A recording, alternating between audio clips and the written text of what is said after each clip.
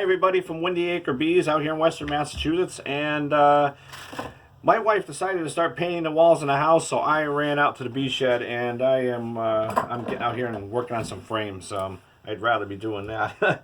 But anyways, starter strip frames. Just wanted to go through real quick and show you how you can make one of them for yourself or a few. And we use these for our swarm traps, but you can most certainly use them inside of your colonies.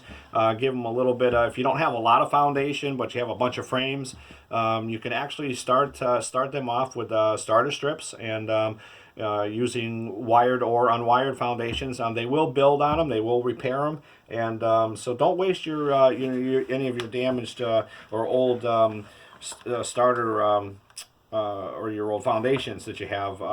You can use plastic foundation and trim them down, but you really got to wax them really good to make them appealing to the bees. So what I do here is this is a medium foundation. This is wax foundation, and I'll go through and I will cut them so that they're just down to cut them in half, so they're down to about 3.5 inches, 2-3 inches or whatever.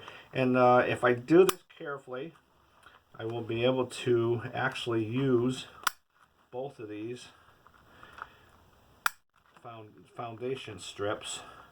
We're going to spin this around, make it a little easier, and cut the last one real quick right here. And if you damage it or you only have a partial foundation like I'm doing right here, not a big deal, because you're just giving them a starter strip or a starter foundation to use. So what we're going to do is tuck this piece away here. Now I have a wired frame that I just finished a little while ago. I'm going to pop my wedge bar off the top of it. It's got, this one's been used quite a bit. It's all cleaned up and ready to go.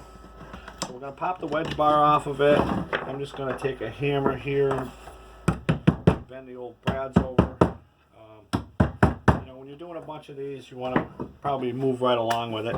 But just like you were about ready to put in your foundation into a frame, what I will do is put this foundation, this piece of starter strip here, right in where the wedge bar is supposed to go. Place the wedge bar in place, and then I will use that to draw up and pinch that starter strip really good. And then I will take my brad gun and fasten that right in place.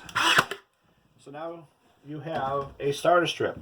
Doesn't have to be fancy. The bees are just going to use this to work off of.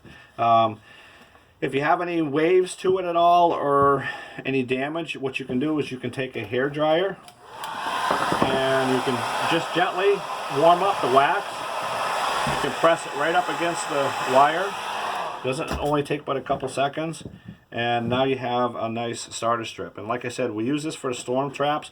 We'll put drawn comb in the middle, preferably two drawn combs and in the middle, and then we'll put these starter strips right on the edges, and the bees will actually they'll start drawing this down all the way down these wires. Now if you don't have wires here or anything, that's perfectly fine. You can just take I don't know if I got any here, but you can take a couple thumbtacks.